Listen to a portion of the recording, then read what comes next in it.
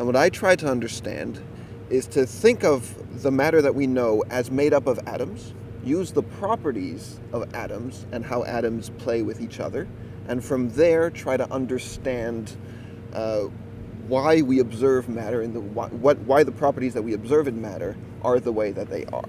What I love the most of my job is the ability to work on whatever I think is important to work on. wow, so like freedom? Freedom. Ei, soc la Dimoni de Maxwell i avui us porto un vídeo una mica diferent del que esteu acostumats. Resulta que fa uns mesos vaig tenir l'oportunitat de fer-li una entrevista a Jauslin, que a part de ser un dels meus millors amics que he fet durant la meva època que he estat vivint a Princeton, és un físic brillant que està treballant en la frontera entre la física i les matemàtiques. I a mi això em sembla superinteressant i per tant li he volgut fer una entrevista i compartir-la amb vosaltres. M'ha quedat una mica llarga, però és que quan tot és tan interessant, què talles? És que no sé què tallar. Per tant, agafa una cerveseta, agafa unes olivetes si estàs fent el vermut o un té si és del vespre i disfruta de l'entrevista.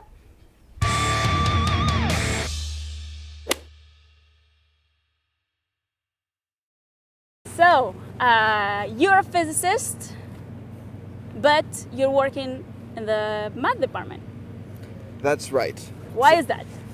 So, You didn't find a chair in the physics department. That's right. So actually, here at Princeton, I am in the physics department, but the money comes from a math grant, and the job that I'm getting next is entirely in the math department. All right. So, what kind of physicist are you? So, right, that's a very good question. Because I'm confused. Right. So I'm what I would call a mathematical I'm what I would call a mathematical physicist. The problem with mathematical physics is that lots of people have different meanings for mathematical physics. So you'll have all kinds of different physicists that will call themselves mathematical physicists, but they actually mean very different things. What I do is typically done at the interface between math departments and physics departments. Got it. So interdisciplinary between physics and math. I'm not going to ask you which one you love more, but I am going to ask you, if you want, you can answer. Which one do you love more? I plead the fifth. Okay, so I'm just going to ask you, so I want to know in more detail what do you work on. So I'm going to propose you a little challenge. So the challenge is the following. Pretend that I'm a middle school student. Tell me what you work on. So what I work on is trying to understand properties of matter. That means trying to understand properties of the stuff that surrounds us. Now, with a special twist, you may know that most of the matter that we know is made up of little microscopic objects, which are called atoms or molecules or ions. And what I try to understand is to think of the matter that we know as made up of atoms, use the properties of atoms and how atoms play with each other, and from there try to understand why we observe matter and why the properties that we observe in matter are the way that they are. So if I understand, you're kind of exploring the connection of the properties of the very little things that we are made of, the relationship between these properties and the properties that we observe in, let's say, the world around us, things macroscopic that we can touch. I'm not sure if macroscopic is a word that a middle school student would use, but I think we understand what it is. Well, let's define it. Let's define. What's macroscopic? Right. So microscopic with an I means what pertains to microscopic objects, so atoms, molecules, ions, and so forth. Macroscopic with an A means large objects, so objects that you can touch, that you can move, that you can see the size of without looking through a microscope. Got it. So large scale.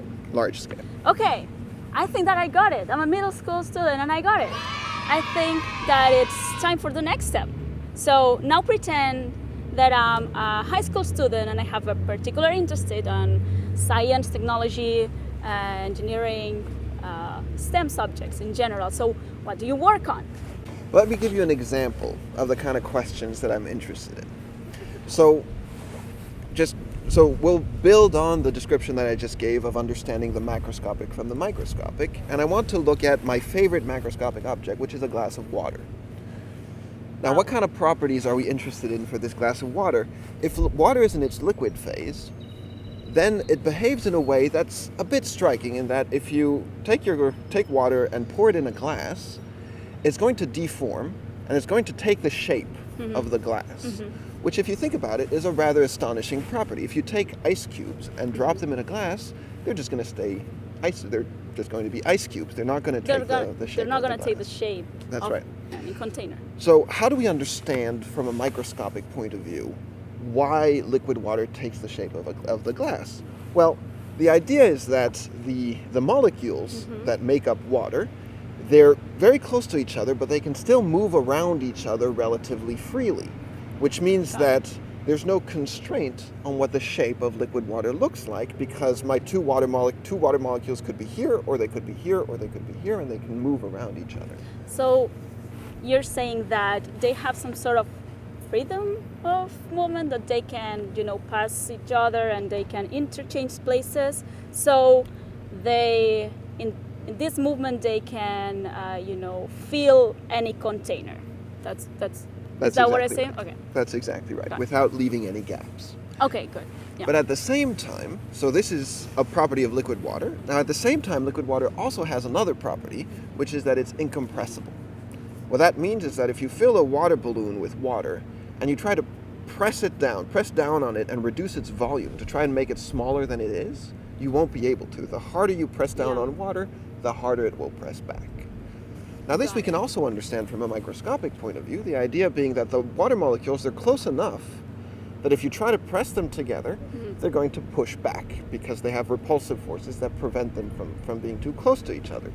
And so from this microscopic point of view, we can understand the macroscopic property of incompressibility. So now I remember when I was a middle school student, somebody told me that you were studying the relationship between the properties, the microscopic level, and how they what's the relationship with the properties on large scale. So these repulsions in between molecules, water molecules, is what makes water incompressible, so I cannot compress water. Exactly. Okay, I think I got it. I'm a high school student, I think I got it. Cool. So, are you ready for the next level? Next challenge? Always. Okay, cool. So, the next challenge is, let's now assume that I'm a graduate student in physics. I will pretend that I know more than I actually do about physics, and I will try to follow what you say, but tell me what you work on. Okay.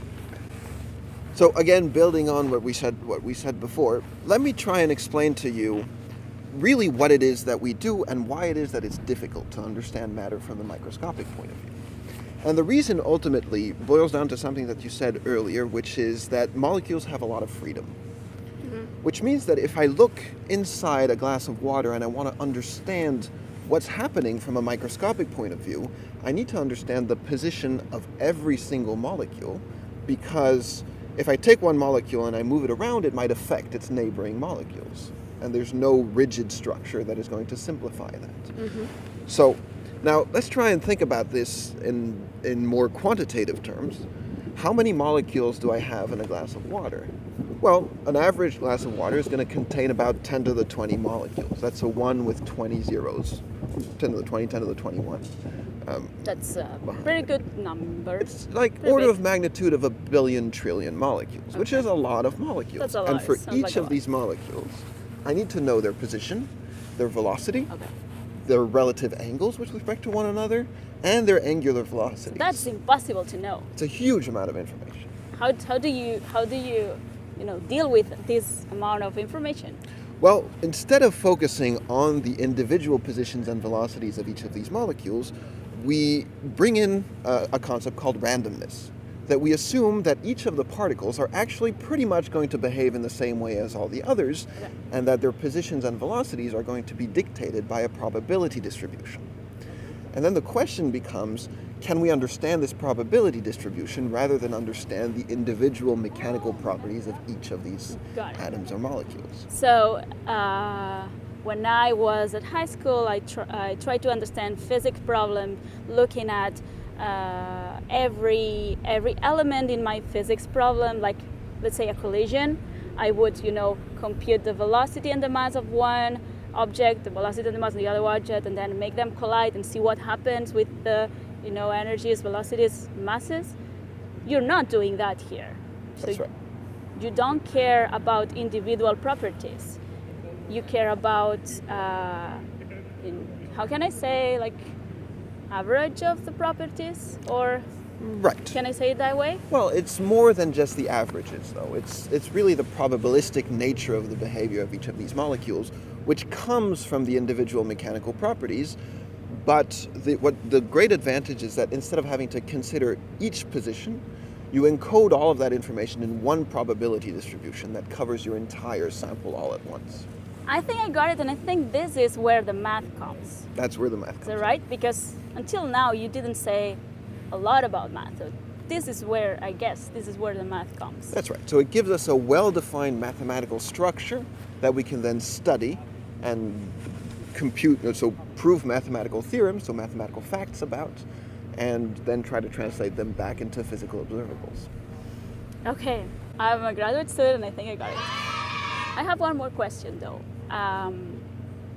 So you said you want to prove, you want to prove a hypothesis, or you want to prove some, what do you want to prove? I don't know. Like so laws, we want to prove theorems, hypotheses? mathematical claims. Mathematical claims. So what do you mean by proving something? Right. So that's a very good question. So once we've broken down the problem into a mathematical question, so once we've turned the problem into questions about this probability distribution, there's a well-defined set of logical operations that I can make on these mathematical objects that are going to constitute a proof. So really, at the end of the day, we're manipulating purely mathematical objects, and we're trying to say things about these mathematical objects that follow a certain set of mathematical rules. Mm-hmm. Operations and mathematical assumptions, maybe, or so logical the steps. Logical Okay. steps. Yeah, the Okay. assumptions are all at the physics. beginning.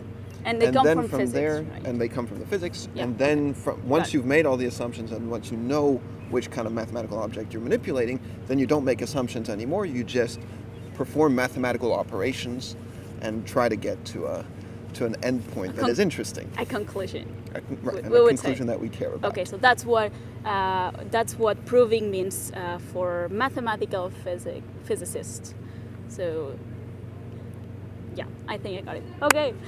Wow, thank you, Ian. That was awesome. Are you ready for the next step on this interview?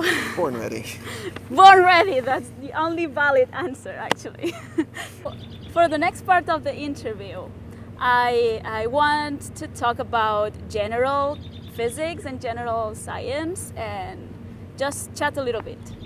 So, since I have no idea about how to do an interview, I just let Google do the work for me, the job for me.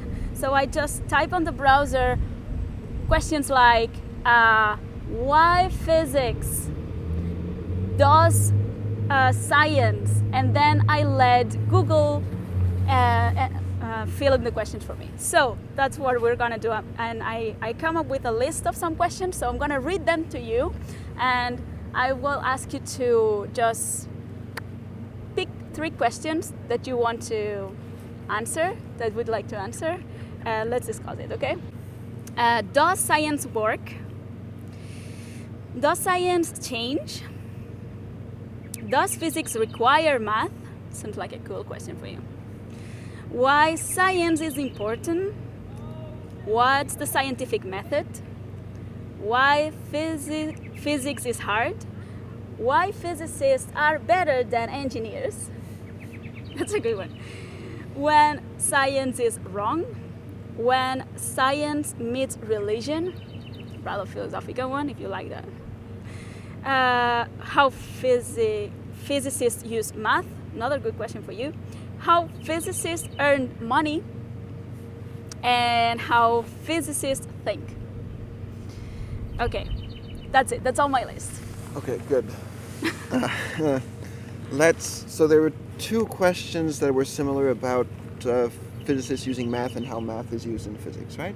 Yes, so one is, does physics require math? Yes.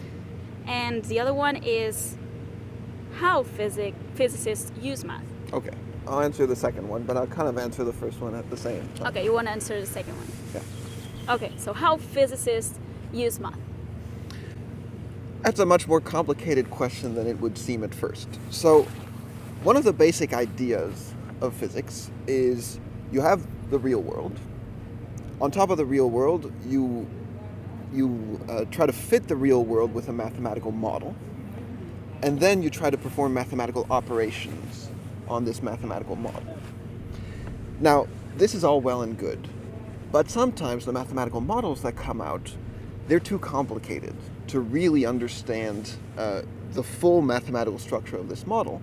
And so typically what happens, so what could you do? You could decide that, well, if I can't do exact mathematics on this model, then I'll just give up and go do something else. But that's not really productive. That's not what we want to do. And what would be something else rather than math? Or right, exactly. Different type of math? Go work in a butcher shop. I don't know. There are plenty of things that you can do. Or to just focus on problems that we know how to solve. But it's still interesting to look at these models that we don't know how to treat exactly mathematically and to try and twist their arms, to try and approximate them in such ways that we can then treat them mathematically. Does that mean making physics assumptions so the mathematical model describing the problem is simpler? Does that mean that? Yes, that's right, except that what I would add to that is that these physical assumptions, since they're made on a mathematical model that we've already postulated in a mathematical way, they're at the same time as being physical assumptions, they're also mathematical assumptions in the sense that these assumptions can be clearly stated in mathematical terms, except that you don't go and check that these mathematical assumptions are true, because that is very difficult. So just say, let's assume that these mathematical assumptions are true, and let's see what we get out of it. And then there's a major difficulty in physics is to understand which assumptions you can make and which assumptions you can't make. What has a chance of being true and what has a chance and what doesn't have a chance of being true. That's why I asked if these were physical assumptions but you said mathematical assumptions. At the same time. At the same time, you say that because they can be written in mathematical language. Not because, but they're assumptions that relate to physical properties or the physical world in a sense. Like yes. let's assume that this problem has only one dimension. This is not a mathematical assumption. This is a physical assumption. Right. So that you can do. I can write it on mathematics, but it's. But here's something that would be a little more mathematical. Let's look at a function that we don't really know what it is, but we know how to expand it in some power series. We don't know how to prove that power series converges. So let's just assume that it converges and move on from there. So there are physical assumptions that you don't really need to justify from a mathematical point of view. You just say that, well, physically this is how things are going. But then there are also what mathematicians would call conjectures, which is to say that I think that this model is very close to this other model, and let me look at this other model. You could theoretically try to prove that these two models are close. But the problem is that this is very difficult, and that's not necessarily what you want to spend time on. Right? So you just make the assumption that these two are close, and then move on and see what logical conclusions are there. Okay, that would be a mathematical assumption. Why physicists are better than engineers? The short answer is that they're not. It's just that we're trying to do different things. And it takes me to something that I think is kind of interesting in one of the fundamental differences between doing research in physics and doing engineering is that engineers, they typically have something that they want to do, and they just need to put all the ingredients that will take them to the end point. So if I'm an engineer and I'm trying to design, say, I don't know, an engine, I know that I will be able to design an engine. When doing research in physics, we don't know that it's possible to understand the things that we're trying to understand in the way that we're trying to understand them. So you don't have any guarantee that you're gonna succeed. But I think that an engineer would disagree in this point, because in the world of engineers, you're not trying to make an engine. You're trying to make an engine that solves a problem. There's no guarantee maybe that you're gonna succeed, or That's true. That's true. Although I would argue that that an engineer will be more certain that they can do something than a physicist would be. So a physicist, Right. So this is why, in the way that physics research works, we don't ask physicists to accomplish certain precise tasks. We don't tell a physicist that, okay, you need to understand how the electron is moving through this thing. We say that, well, you need to understand stuff. And then the physicist might be, okay, I want to try and understand how the electron is going to move through this part of the world. Maybe I won't figure out how to do that, but it will take me to a bunch of interesting questions, and they'll all be valuable. Right? So there's no precise end game to what a physicist is trying to accomplish, whereas an engineer would be much more goal focused and say, okay, so I need to make a machine that will do this and that and this and that, and what I need to do is to put those things together. So it's really, they're related disciplines. One of them is not better than the other, but they are different. They proceed with a different philosophy and a different... You just make sure that no engineer is gonna kick you when we put that online. But it's important. I've seen this a lot, being between math and physics. I've seen a lot of mathematicians thinking that physics is dirty, or physicists thinking that mathematics is too pedantic. Do you think there's a kind of fight between engineers and... I said physicists, but maybe math as well. I think certain individuals can have these impressions, but I think that ultimately is wrong. That we're all doing different things that are all valuable, and saying that what I do is better than what the other person is doing is just not the right way to approach the problem. See. Does science change? Well, that's also a very good question, and I think it's one Thank you. that... It was Google's. Yes, Google's very smart. Let's cut that.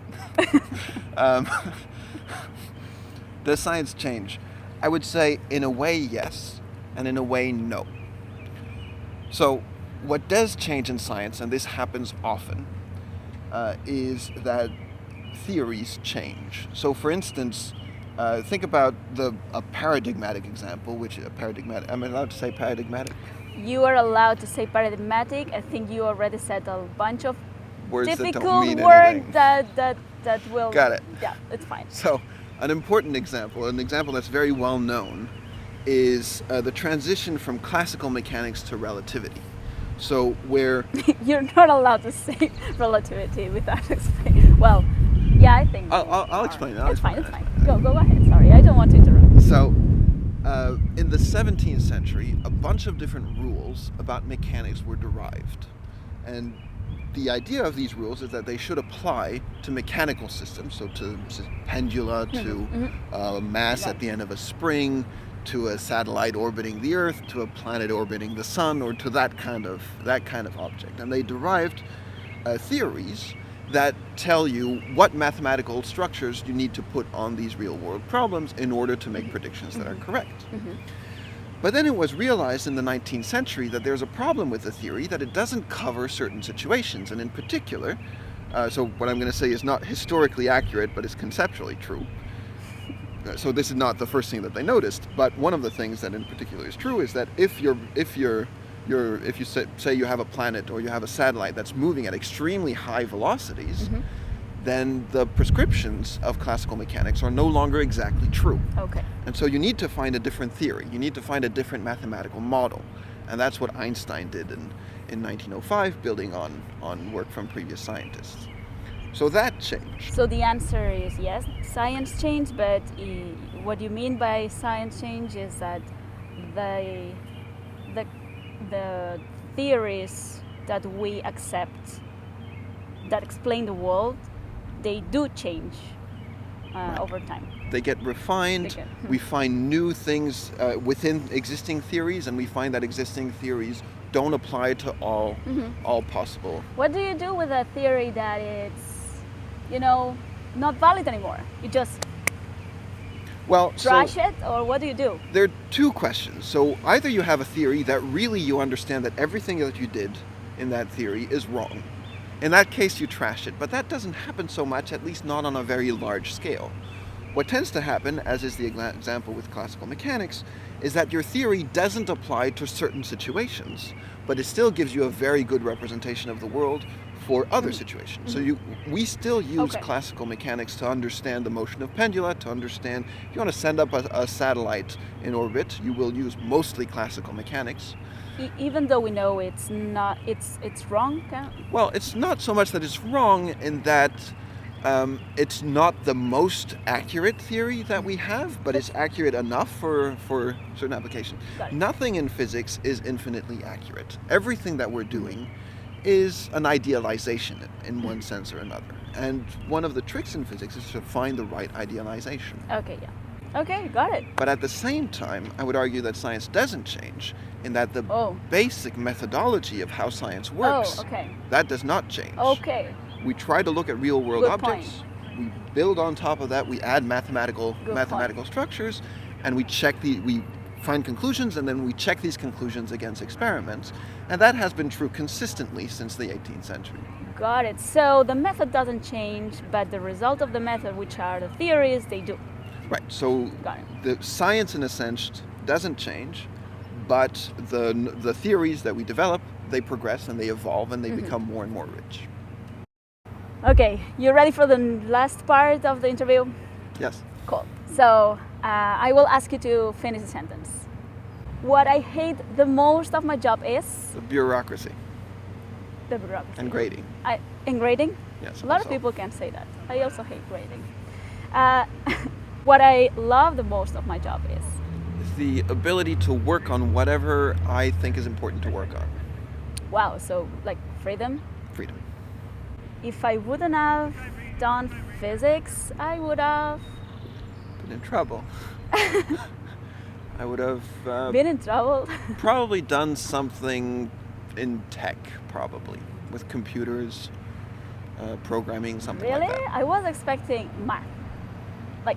Oh, but that was included. I thought that was included in the question. Course, I mean, that's what I'm doing anyways. Okay, yeah, that's right. So, technology. I'd probably have it. Oh, is this... Oh, you mean physics, not science? Yeah, I meant physics. Okay. Yeah, I would probably have done computer science then. Computer science, okay. Oh. Cool. And last but not least, my secret passion is? Oh, you don't want to know. It's not going to be secret anymore. Yes, I have a lot of very embarrassing passions. I guess lately it would be Formula One.